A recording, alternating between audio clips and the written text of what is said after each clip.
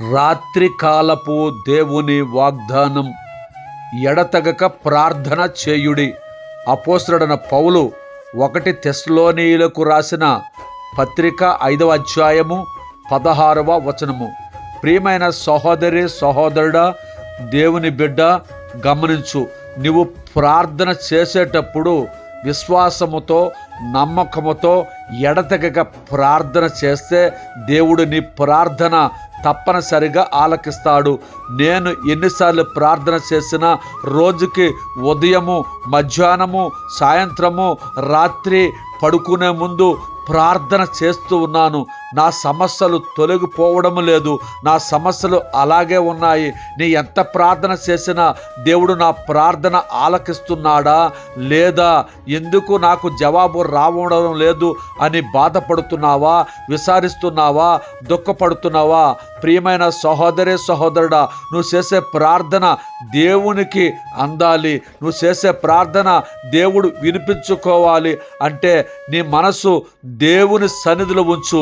నీ మనసు బయట ఉంచి, ఎక్కడెక్కడో ఉంచి, నీ ఆలోచనలు ఎక్కడెక్కడో ఉంచి నువ్వు ప్రార్థన చేస్తే దేవుడు నీ ప్రార్థన ఆలకించడు. నీ మోకాళ్ళు భూమికి తాగితే నీ ప్రార్థన దేవుని సన్నిధికి వెళ్తుంది. మర్చిపోవద్దు సహోదరి సహోదరుడా. విశ్వాసముతో, నమ్మకముతో, పట్టుదలతో నువ్వు ప్రార్థన చెయ్యి. నీకు వెంటనే జవాబు వస్తుంది. నువ్వు ఏదనుకుంటున్నావో, నీ కోరిక ఏమిటో దానికి జవాబిచ్చే దేవుడు, ఏకైక దేవుడు యేసు ప్రభువారు.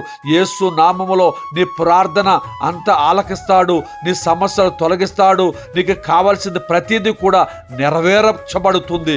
ప్రియమైన సహోదరి సహోదరుడా, నువ్వు చేసే ప్రార్థన దేవుడు వింటాడు. వినడని అనుకోవద్దు.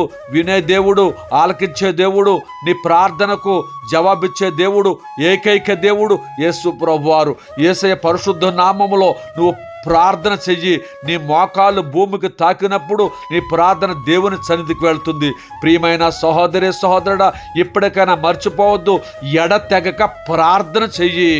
విశ్వాసంతో ప్రార్థన చెయ్యి, నమ్మకంతో ప్రార్థన చెయ్యి. దేవుడు నీ ప్రార్థన తప్పనిసరిగా ఆలకిస్తాడు. నీ కోరిక నెరవేరుస్తాడు. నువ్వు అనుకున్నవన్నీ కూడా సకాలంలో దేవుడిస్తాడు.